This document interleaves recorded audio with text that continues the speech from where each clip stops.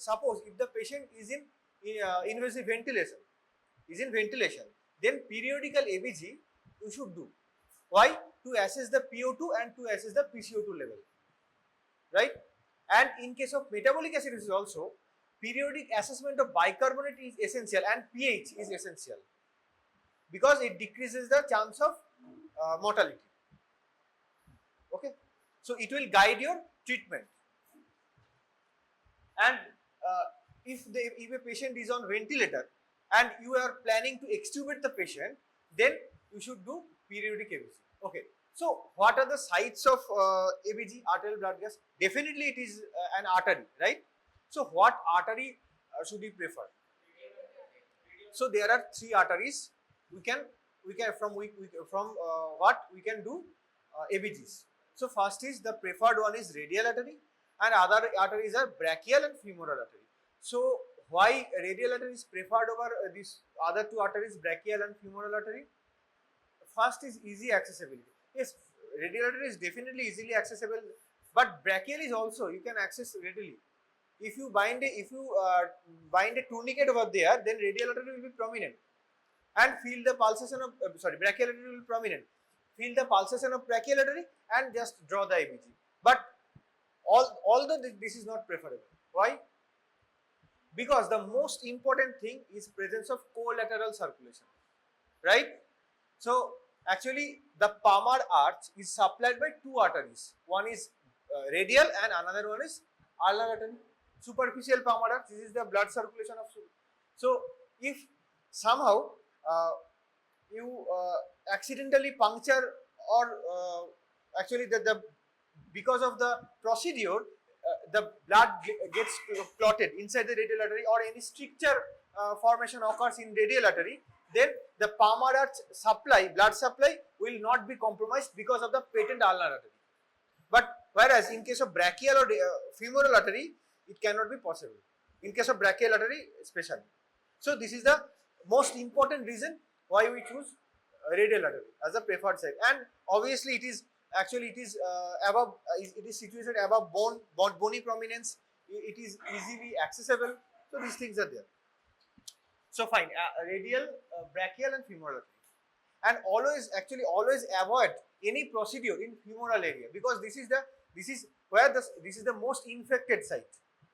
So if you puncture any femoral artery, femoral vein in femoral area especially, so it can cause bloodstream infection. So what are the prerequisites of doing an ABG? First, as such, other procedures: clean the site, assessment of the site, cleaning the site, dressing and draping. So these are the primary procedures.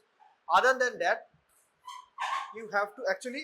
So yes, this is very important. Always pre-heparinize the syringe, but too much heparin is hazardous because heparin is acid itself. So if you put too much heparin, then what will happen? The pH will falsely be low. Fine. So just flush the syringe with heparin. Next one is pre-op air bubble. Because of if air bubble is present, then PO2 will be falsely higher than normal one. And always avoid venous mixture of blood because so actually how will you interpret this is venous blood and this is arterial blood? First is color. Venous blood is somehow black or arterial blood is somehow more red, and arterial blood is pulsatile in nature. So whenever you are drawing blood from any artery, then it will look pulsatile filling of your syringe, pulsatile way of filling of your syringe. This is arterial blood. Okay, but arterial blood and venous blood, by these things you can separate. But by seeing an ABG, how can you differentiate? This is VBG. This is not ABG. First, so actually PCO2 level in case of venous blood is around 5 to 6 millimeter of mercury higher than that of the arterial blood. This is not so much significant, so you cannot determine. The most important factor is PO2. So always look always look SO2. So actually I am going to detail in my next slide. SO2 and the saturation SpO2. If the SO2 level in pH, একটা pH এর chart দেখাবো তো ওখানে দেখতে পাবে, if the SO2 level mentioned in the pH, the last part of in the last portion of the pH is less than the SpO2 যেটা মনিটরে দেখাচ্ছে, that means this is a venous blood. Suppose the SO2 in the ABG chart is showing 68%, but the SpO2 is 95. That means this is venous blood. You have to draw it again. Okay. So avoid venous mixture of blood and always do not delay analysis, because iced sample or this non-iced sample, there are few differences between the temperature. Actually, if you have not corrected the temperature of ABG estimation, then it may result in erroneous estimations. So if the ABG machine is not readily available with you, then you can ice the sample, but always do within 1 hour. In case of non-ice sample, always do it within 15 to 20 minutes. Fine. This is very important. in each and every ABG chart, there is at the upper portion there is there is temperature mentioned, right? So temperature 37 degrees centigrade or 32, anyone. This is very important because hypothermia and hyperthermia can adversely affect the result of pH and this PO2. Okay, so hypothermia কি করে বলতো? Hypothermia actually less dissolution of oxygen in blood, and actually hypothermia result in left shift of hemoglobin dissociation curve. Right? So that results in erroneous pH and low PO2. Okay, so always mention the correct temperature in ABG strip. Okay, yes, 1 to 2 ml blood is sufficient, but too less quantity of ABG blood can interfere ABG estimation. Fine.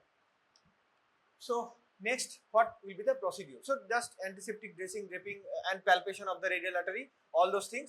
Just inspect the overlying area of the radial artery. If there is no skin manifestation, skin infections, then you can do it, or abscess or mass, then you can do it.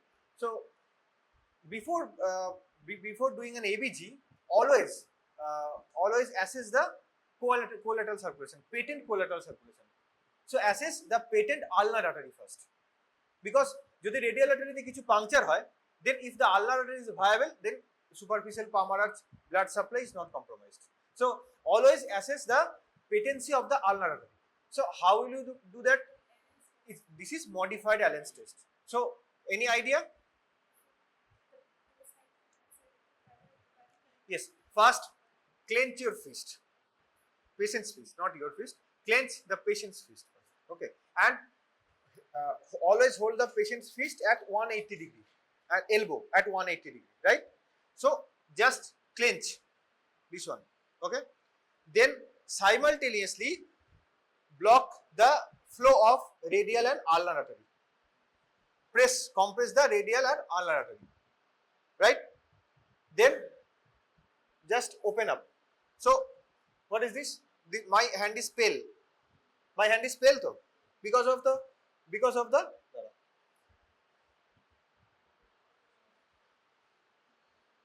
my hand is pale because of the deficient blood supply.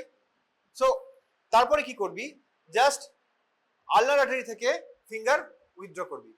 Finger withdraw করলে দেখ আমার hand কিন্তু within 10 to 15 seconds it is the color of the hand is coming back to normal. Understood? So that means ki ulnar artery is patent. And similarly, compressing ulnar artery, releasing pressure of radial artery, you can assess the radial artery patency, right? So this is modified. Always do modified Allen's test before doing an ABG. This is very, very important. Fine.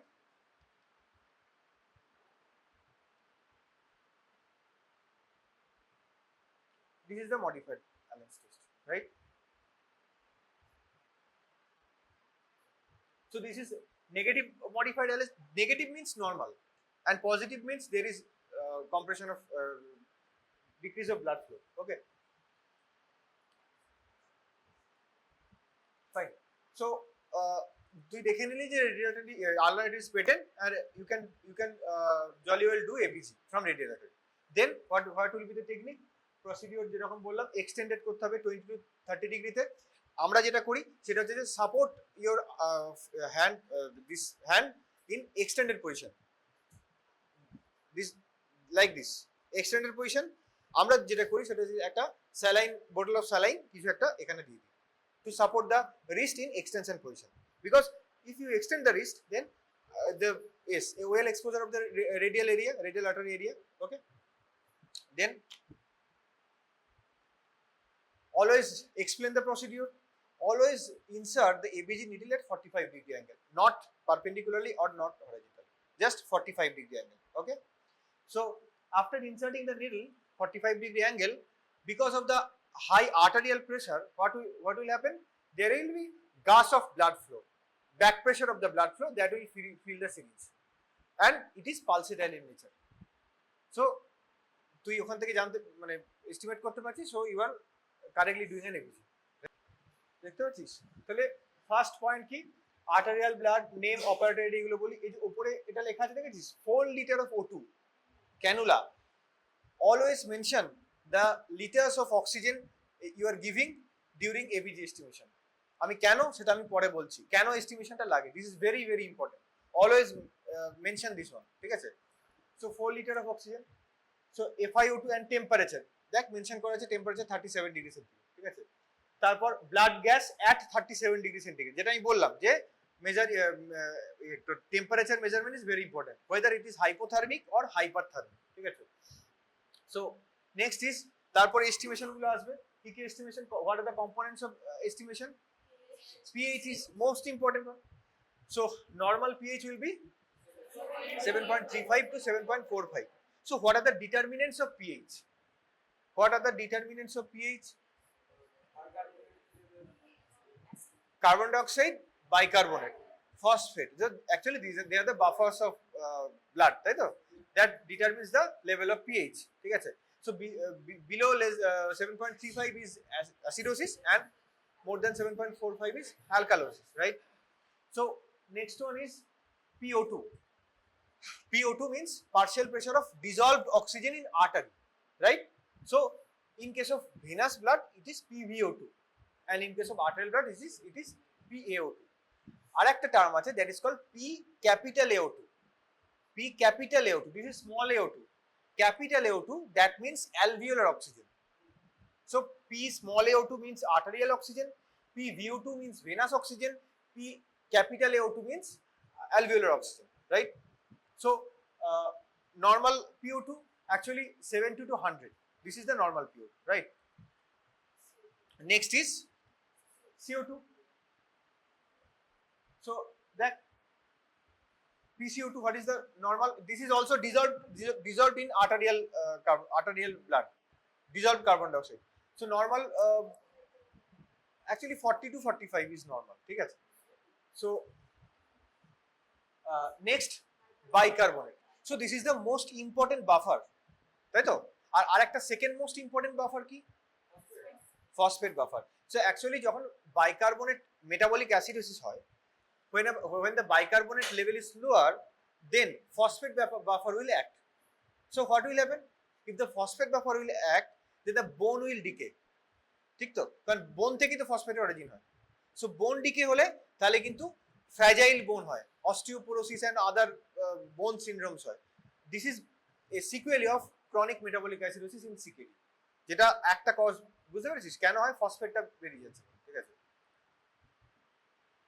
Next is SaO2, যেটা আমি বলছিলাম যে how will you differentiate between ABG and VBG to see the SaO2, difference between SaO2 and SpO2. বললাম না যে যদি SpO2 normal SaO2 কম থাকে, that means this is a venous blood, ঠিক আছে? Next is base excess. So what is base excess? its name itself implies that the excess of base, the amount of base you should add to the blood to make the pH normal. So this is base excess. Maybe -1, maybe +1, maybe -2 to +2. This is normal one. ঠিক আছে? Yes. Next is ST. দেখো ওখানে আছে ST bicarbonate আছে একটা standard bicarbonate. এই যে দেখ উপরের হিমাটোক্রিট দ্বারা বাইকার্বনেট কোথায় গেল? ST এখানে নেই, এটাতে নেই। আচ্ছা ST বাই আছে, দেখতে পাচ্ছি না। হ্যাঁ ওই তো স্ট্যান্ডার্ড। তো স্ট্যান্ডার্ড বাইকার্বনেট দ্যাট মিন্স কি পিএইচটা নরমালাইজ আনতে গেলে যে বাইকার্বনেট লাগবে that is called standard bicarbonate. ঠিক আছে? নর্মাল বাইকার্বনেট যেটা that is the patient's own bicarbonate the patient is having in is arterial blood. But standard bicarbonate মানে calculated করতে if the pH is normal, then what will be the bicarbonate? This is called standard bicarbonate. ঠিক আছে? So next one is TCO2. TCO2 আছে দেখ, হ্যাঁ TCO2. TCO2 that means কি total carbon dioxide, total carbon anion যেখানে থাকে, bit carbon dioxide, carbonic anhydrase form, যে কটা কার্বনেটস ফর্ম, সব কটা কার্বনের যে ফর্মগুলো আছে সেটার কম্বিনেশন হচ্ছে TCO2। ঠিক আছে? ওকে, সো এটা মোটামুটি একটা ওভারঅল আইডিয়া। এখান থেকে তুই এস্টিমেশন করতে পারবি sodium, potassium, ionized calcium that is not bound to the albumin, ionized calcium, and this chloride. Okay, so next, first, what is the pH? First, primary disorder. What is the pH? Is it acidic or is it alkalotic? So acidic means less than 7.35 and alkalotic means more than 7.45. So after estimation of primary this one metabolic acidosis or alkalosis, then you should assess this primary disorder. What is the primary? So what are the primary disorders? Primary metabolic disorders. Metabolic acidosis in case of acidosis, metabolic and respiratory, alkalosis respiratory and metabolic, right? So how will you assess the primary disorder? Just like a small formula আছে, মানে formula মানে এটা basically this is a tricks or cheat tricks বলে এটাকে। তো pH R PCO2 bicarbonate, if they are going into same direction, then it is metabolic one. The primary is metabolic one, and if they are going into opposite direction, then it is respiratory one. So এইভাবে তুই determine করতে পারবি whether this is a primary metabolic or primary respiratory disorder. Okay, next, compensation occurs or not. So actually respiratory acidosis, compensation of respiratory acidosis is by metabolic alkalosis and vice versa.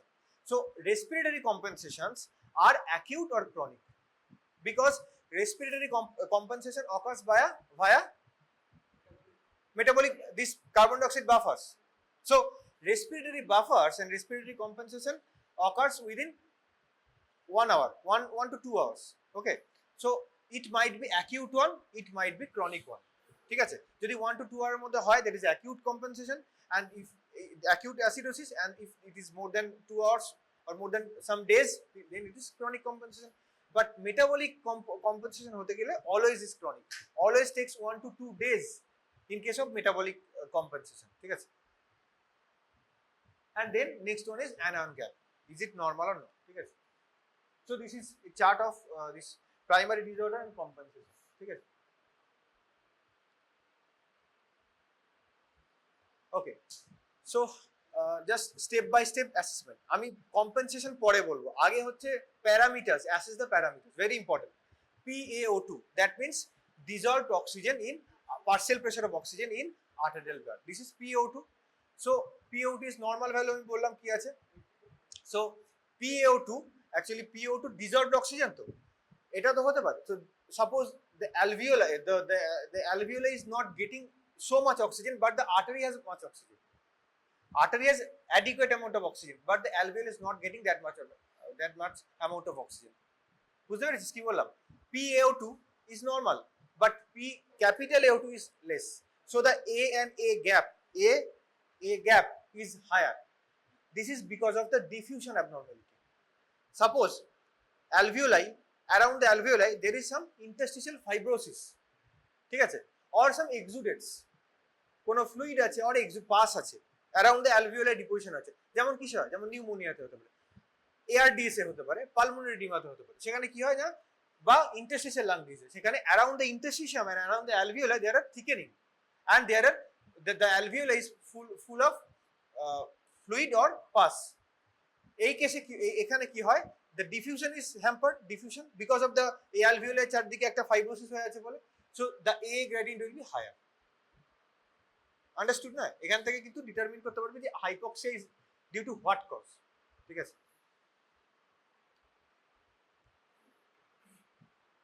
yes, hypoxemia and hypoxia. Hypoxemia, that means low oxygen in blood, and hypoxia means tissue. So here comes the concept of this oxygen hemoglobin dissociation curve. জানিস left shift right shift? ঠিক আছে, so this is how you calculate PaO2, alveolar oxygen, partial pressure of alveolar oxygen. So PaO2, that means 150 minus PaCO2 by RQ, respiratory quotient, which is 0.8. ঠিক আছে, এইভাবে calculate করতে হবে। So normal is actually 10 to 12, 10 to 25. So more than 25, that means the patient may have diffusion abnormality. ঠিক আছে, around the lungs.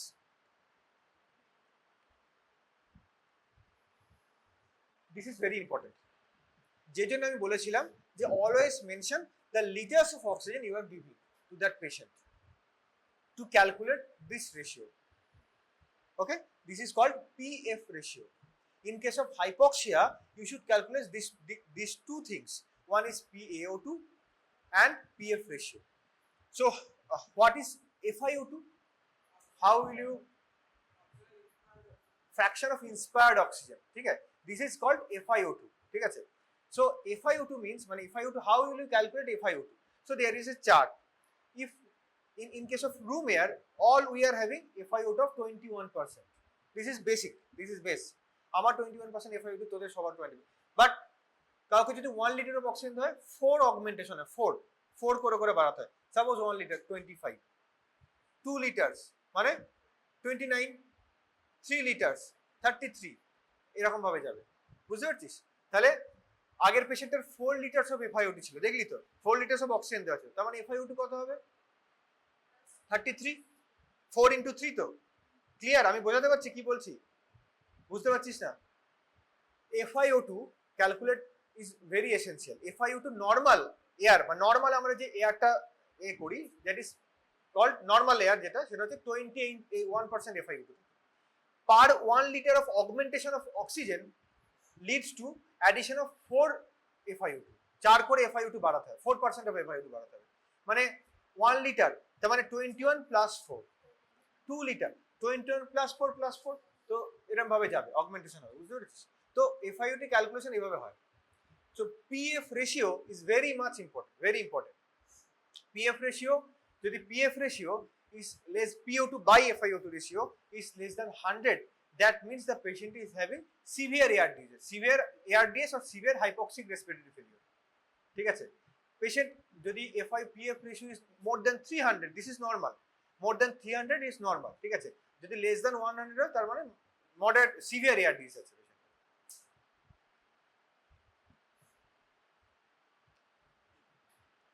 এই যে this is a Berlin definition of ARDS. Mild ARDS, that means 200 300, moderate মানে 100 to, এটা উল্টো হয়েছে, এটা ভুল লিখেছে এখানে। মাইল্ড মানে হচ্ছে 100 to, না ঠিকই আছে। সিভিয়ার ARDS মানে হচ্ছে PF ratio is less than 100, mild মানে 200 to 300 and moderate মানে হচ্ছে 100 to 200। ঠিক আছে, সো হ্যাঁ, বাইরে থেকে ক্যানুলাতে 4 লিটার অক্সিজেন দেওয়া আছে তাই ডিউরিং প্রসিডিউর। পেশেন্ট তো অক্সিজেনে আছে, তো patient is getting 4 liters of oxygen from outside। ঠিক আছে,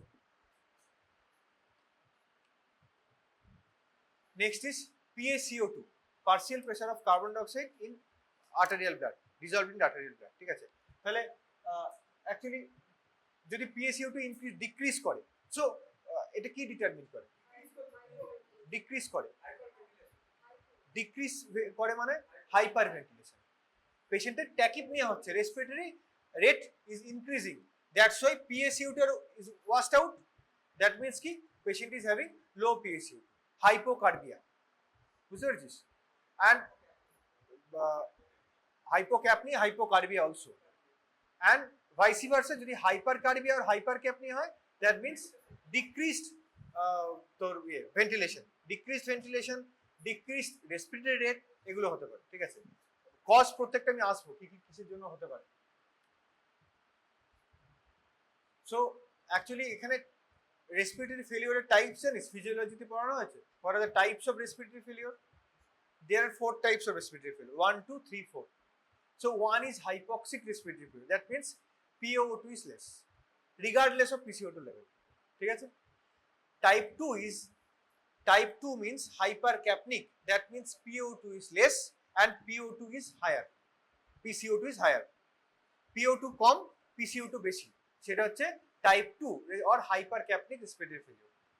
Type 3 আর type 4 এখন বলা হয় না, কিন্তু আগেকার এতে কিন্তু তোদের যদি কেউ তোর জিজ্ঞেস করে, ভাইভাতে জিজ্ঞেস করে হোয়াট আর দ্য টাইপস, তাহলে কিন্তু তোর 4টি টাইপ। সো টাইপ 3 মানে হচ্ছে তোর ডিউরিং অ্যানাস্থেসিয়া যদি হয়, that is type 3। And type 4 মানে হচ্ছে যেটা হচ্ছে cardiogenic shock or any type of শক, যে হাইপক্সিয়া হয়, দ্যাট মিনস সেটা যে রেসপিরেটরি ফেলিওর, যেটা হচ্ছে টাইপ 4। ঠিক আছে, so there are 4 types of respiratory failure. ঠিক আছে, টাইপ 1, টাইপ 2, টাইপ 3, টাইপ 4। ঠিক আছে, সো এই ইকুয়েশনটা কেমিস্ট্রি থেকে বা বায়োকেমিস্ট্রি থেকে, কি নাম? Henderson Hasselbalch equation.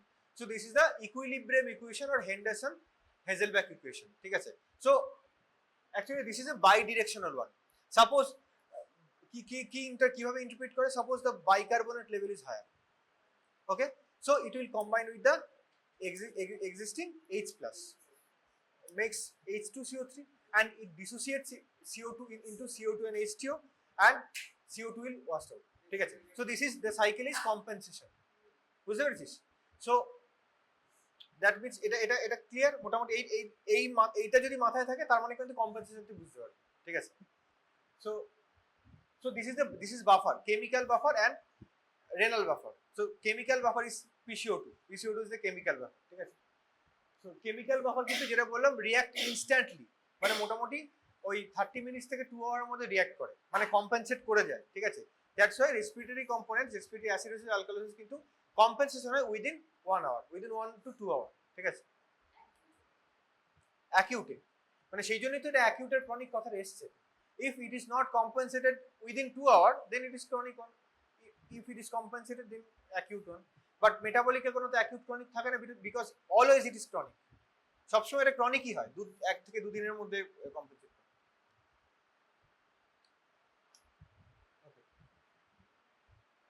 Yes, so increase H2CO, যেটা আমি এখনই বললাম, লো ব্লাড পিএইচ হয়, increase rate and depth of this ventilation, carbon dioxide also. So bicarbonate elimination primarily by kidney. ঠিক আছে, এটা this is the main buffer, হ্যাঁ। and এটা এই যে metabolic component, this is A metabolic component, সেই জন্য আওয়ার্স মোটামুটি ডেজ, আওয়ার্স লাগে না, 1 to 2 days লাগে টু কম্পেনসেট। ঠিক আছে, ইয়েস। সো রেসপিরেটরি অ্যাসিডোসিস হলে কি হবে? বাইকার্বনেট রিঅ্যাবজর্পশন বাড়বে, রেসপিরেটরি অ্যালকালোসিস হলে বাইকার্বনেট রিঅ্যাবজর্পশন কমবে। এটা হচ্ছে মেটাবলিক, রেসপিরেটরি মেটাবলিক কম্পেনসেশন। ঠিক আছে, সো এইবার যেটা হচ্ছে ক্যালকুলেশন। তো তুই তো জেনে গেলি হোয়াট ইজ প্রাইমারি। ফার্স্ট হচ্ছে পিএইচ দেখে বুঝলি is it acidosis or alkalosis, then প্রাইমারিটা জানলি যে ডিরেকশন দেখে কোন দিকে যাচ্ছে। সো ইজ ইট প্রাইমারি এ আর প্রাইমারি রেসপিরেটরি, প্রাইমারি মেটাবলিক। ঠিক আছে, তারপরে কম্পেনসেশন জানতে হবে। সো কম্পেনসেশন মানে রেসপিরেটরি ভ্যারিয়েন্টের দুটো করে কম্পেনসেশন হবে, অ্যাকিউট অ্যান্ড ক্রনিক।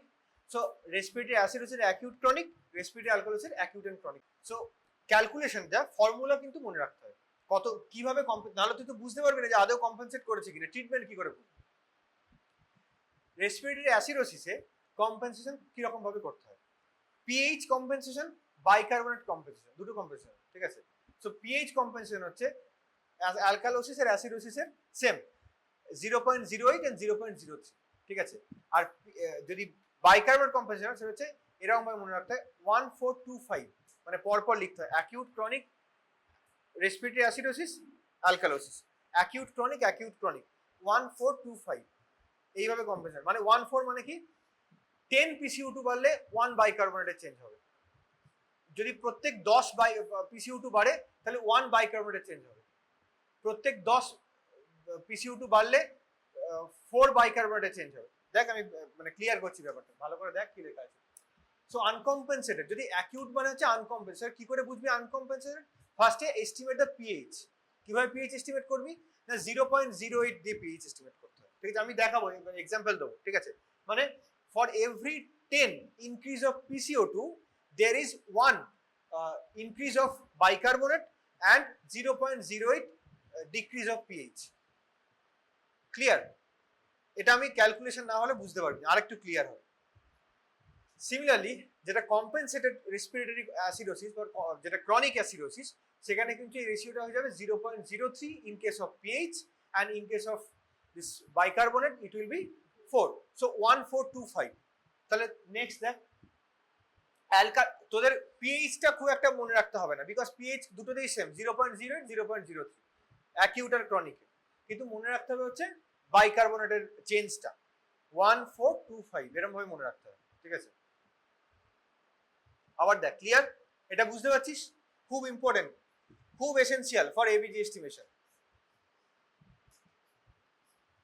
কোনো ডাউট হলে এই জায়গাতে বল, তাই তো? নাহলে তো কম্পেনসেট বুঝবি।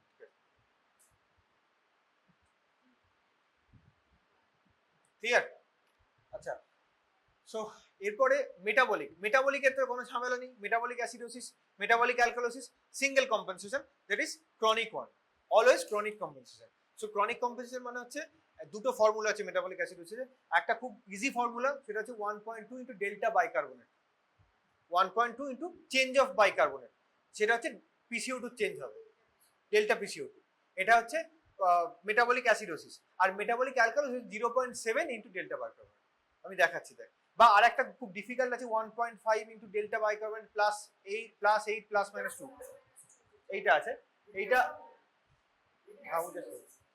So this is metabolic acidosis, ঠিক আছে? So this is metabolic alkalosis. হ্যাঁ, এই যে অ্যাকিউট রেসপিরেটরি অ্যাসিডোসিস, এটা আবার দেখিয়ে দিচ্ছি দেখ, ডেল্টা পিএইচ 0.08 ইন্টু PCO2 চেঞ্জটা কত আসছে, ঠিক আছে? আর delta pH in case of chronic respiratory acidosis. এই চার্ট ইজ ভেরি ইম্পর্টেন্ট, এইটা একদম মানে এবিজি এস্টিমেশন করতে গেলে এইটা মাথায় রাখতে হবে, ঠিক আছে? একদম সবকিছু রেডি হবে।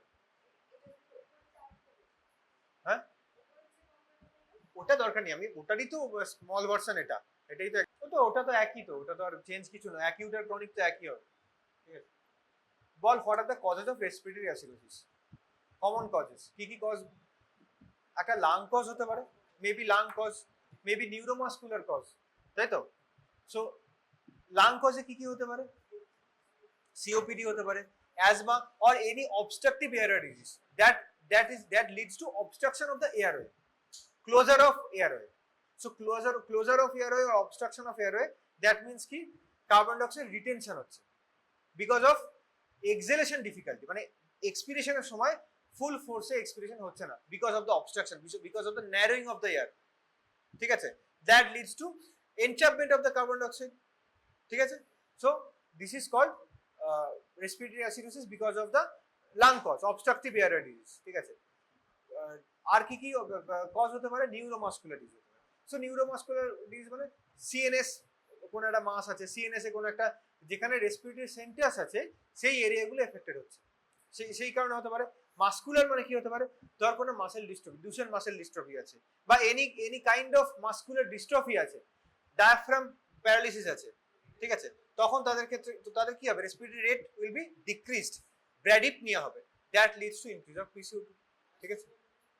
সমস্ত বললাম তো, নিউরোমাসকুলার ডিজিজ মানে সবই তো পড়ছে তার মধ্যে, ঠিক আছে? Even thoracic cage abnormality, kyphoscoliosis, এটাও একটা কজ হতে পারে, ঠিক আছে?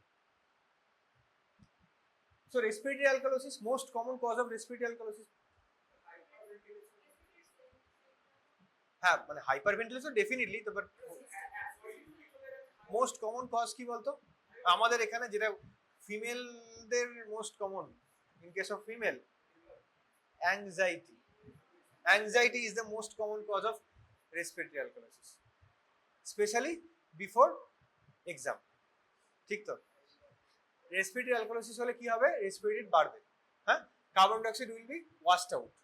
So carbon dioxide binds actually this calcium binds with the carbon dioxide carbonic anhydride ঠিক আছে কার্বন ডাইঅক্সাইডের যে অ্যানায়ন ফর্ম সেটার সঙ্গে ক্যালসিয়াম বাইন্ড করে ঠিক আছে সো দ্যাট মিন্স কি যদি বেশি ট্যাকিপনিয়া হয় কার্বন ডাইঅক্সাইড ওয়াশ আউট হয় বাউন্ড ক্যালসিয়াম কমে যাবে বডিতে bound calcium will be decreased ভালো করে ভাব ব্যাপারটা কার্বন ডাইঅক্সাইড ওয়াশ আউট হচ্ছে কার্বন ডাইঅক্সাইডের ক্যালসিয়ামকে বাউন্ড করে so calcium bound calcium will be decreased ঠিক আছে তখন কি হবে তখন because of hypocalcemia that is induced by the hyperventilation this is not primary hypocalcemia this is secondary one because of the hyperventilation হচ্ছে তখন পেশেন্টের hypocalcemia symptoms দেখবে কি হবে টিটানি হতে পারে ম্যাক্সিমাম সিরিয়াস কেসে টিটানি হতে পারে মেবি প্রেজেন্টিং অ্যাজ কনভালশন আমাদের এখানে একটা পেশেন্ট অ্যাডমিট ছিল সেই পেশেন্টটা তোদের অনেককে দেখিয়েছিলাম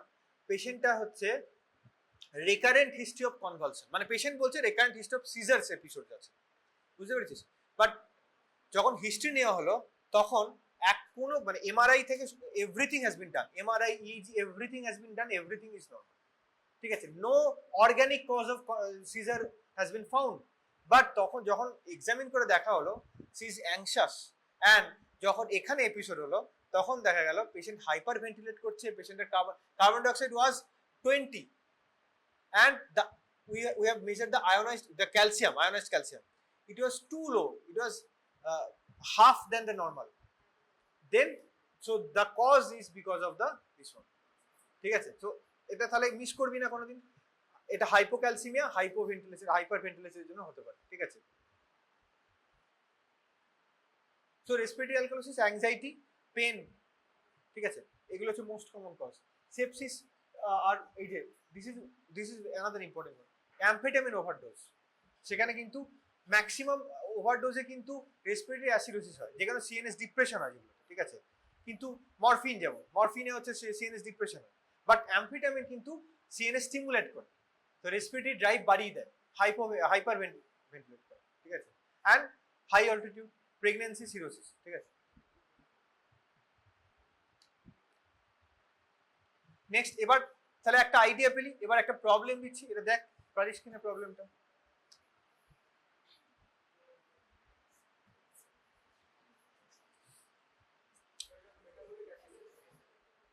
প্রাইমারি স্টপ প্রাইমারি বল একজন করে বল প্রাইমারি কি প্রাইমারি অ্যাসিডোসিস ফার্স্ট অ্যাসিডোসিস তারপরে হোয়াই মেটাবলিক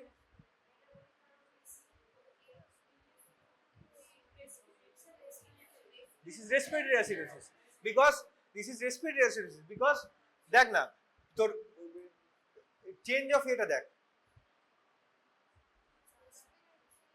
কোন দিকে যাচ্ছে pH is lower PCO2 is higher and bicarbonate is lower so opposite direction এ যাচ্ছে so primary respiratory acidosis ঠিক আছে হলো তাহলে primary respiratory acidosis okay fine দেখ তাহলে yes definitely primary respiratory acidosis whether this is acute or chronic calculate কর acute or chronic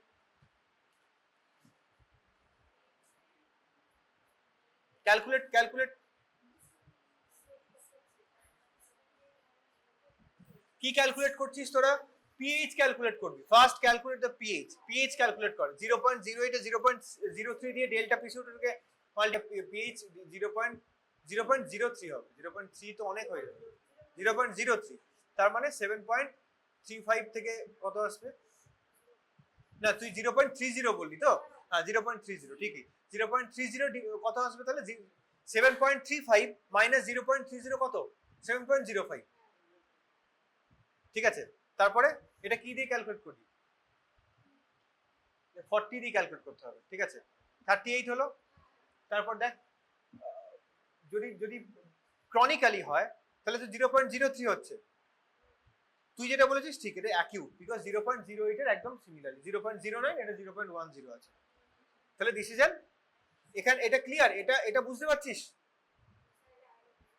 তুই তো ঠিকই বলেছিস তো ডেল্টা তুই তো 0.08 দিয়ে মাল্টিপ্লাই করলি ডেল্টা PCO2 তো 0.08 into 38 তার মানে তো 0.3 তো 7.35 মাইনাস পয়েন্ট কত আসছে 7.05 তাহলে কাছাকাছি কি হচ্ছে 7.10, ঠিকই আছে, ওটাই তো না, তার মানে this is an acute one.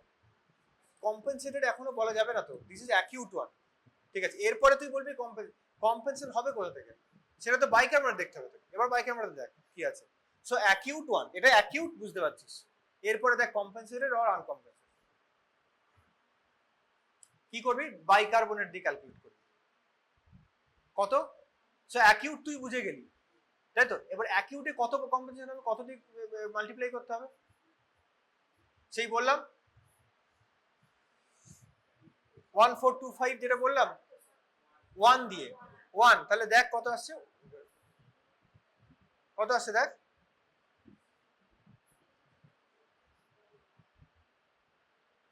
Every 10 PCO2 তে 1 বাইকার্বনেট চেঞ্জ হয়, তাহলে এটা কত 38 এ, তাহলে কত 3.8 হবে, 3.8, তাহলে 3.8 হতে গেলে কত নরমাল বাইকার্বনেট কত 24, তাহলে 24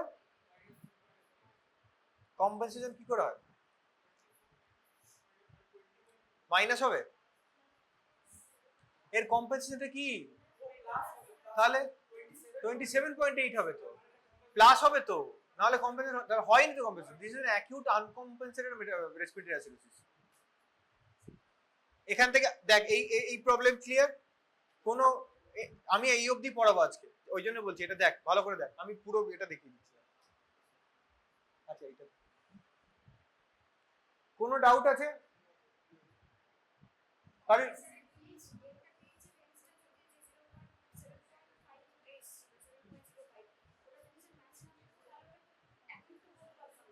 যদি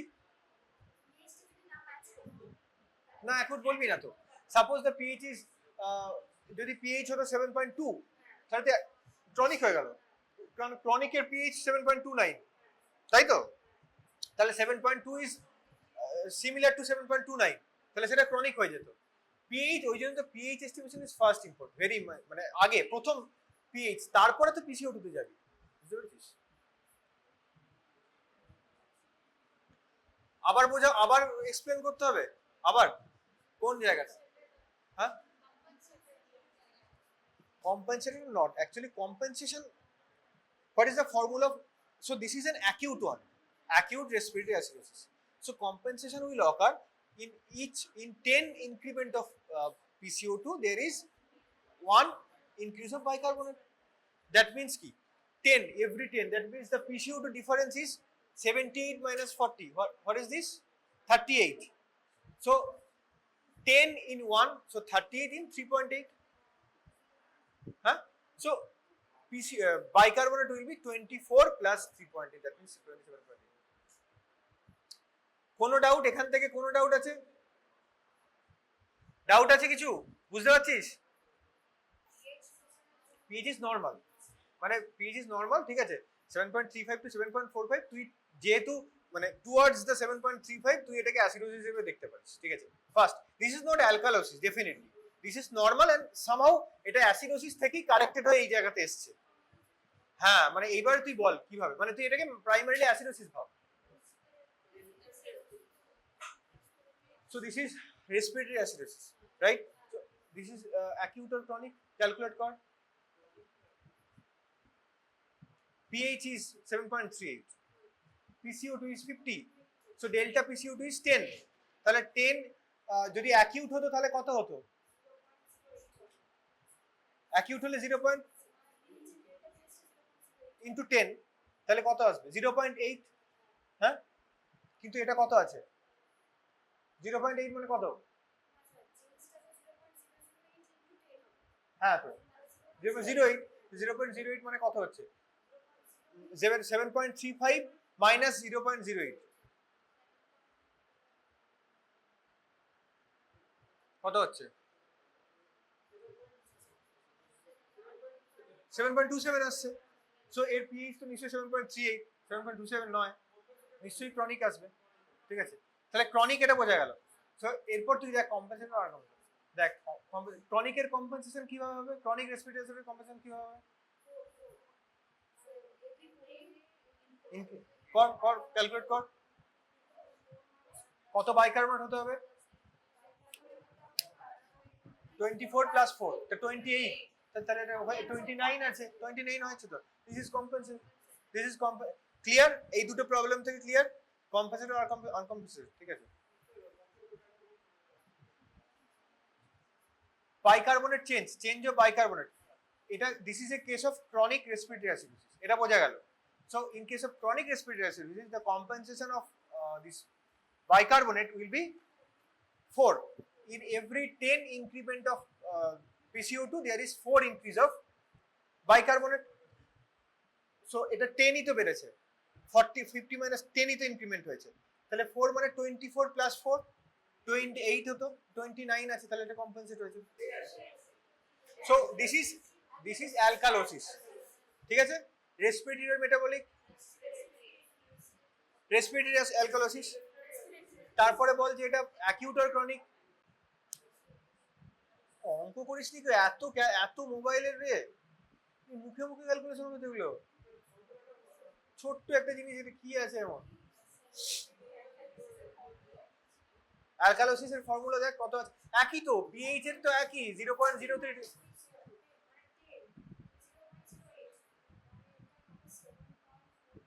আবার ভুল করছিস, ফার্স্টে তো ক্যালকুলেট দ্য পিএইচ, আগে কার্বন ডাই অক্সাইড কেন দেখছিস, আগে বাইকার্বনেট কেন দেখছিস? 0.08 হবে।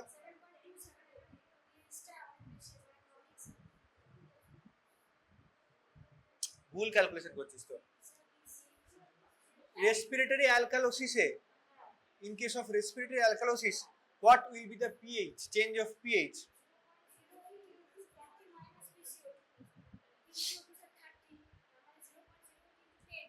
তাহলে বাড়বে তো, তুই কমাচ্ছিস কেন, মাইনাস সাবস্ট্রাক্ট করছিস কেন? এটা অ্যালকালোসিস করছিস তুই। 49 আছে, তারপর 43 হওয়ার কথা, এটা কি ইন কেস অফ অ্যাকিউট, অ্যাকিউটে 43 হওয়ার কথা, 49 আছে, আর ক্রনিকে কত হওয়ার কথা? তোরাই তো ক্যালকুলেট করছিস, বল।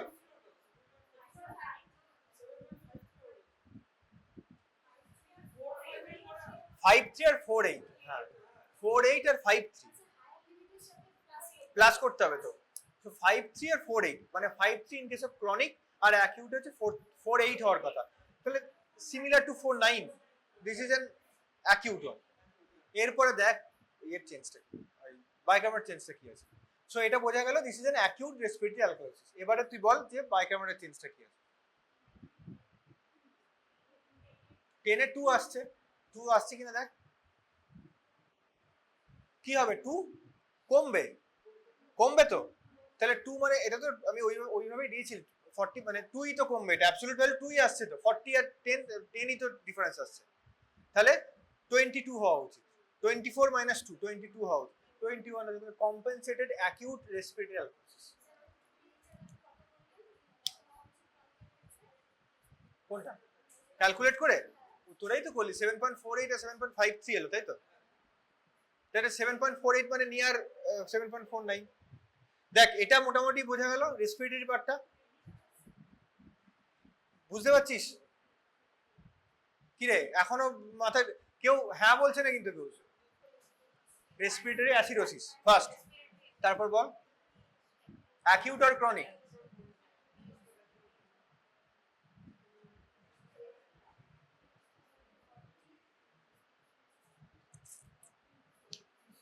এইটটি আছে, 80 ধরে কর, 80 আর 40 মানে 40 ডিফারেন্স আসছে, ওইভাবেই কর। 3.2 হবে, আবার অত মোবাইলে এ করে 40 ইন্টু 0.00 3.2 ব্যাস, হ্যাঁ তাহলে 3.2 কত পিএইচ এর চেঞ্জ হবে, পিএইচ কমতে হবে 3.2, তাহলে 7.35 মাইনাস 3.2 মানে 7.05 হলো, এটা কত 7.23, তাহলে অনেক বেশি আছে, তাহলে এটা নিশ্চয়ই ক্রনিক, এটা বোঝা গেল। এরপরে কম্পেনসেটেড কিনা দেখ, 4 তো 4 বাড়বে 8 হবে, তাহলে 28 হবে, কত আছে 28 হচ্ছে, তাহলে দেখ 31 আছে, তাহলে ক্রনিক কম্পেনসেটেড রেসপিরেটরি অ্যাসিডোসিস।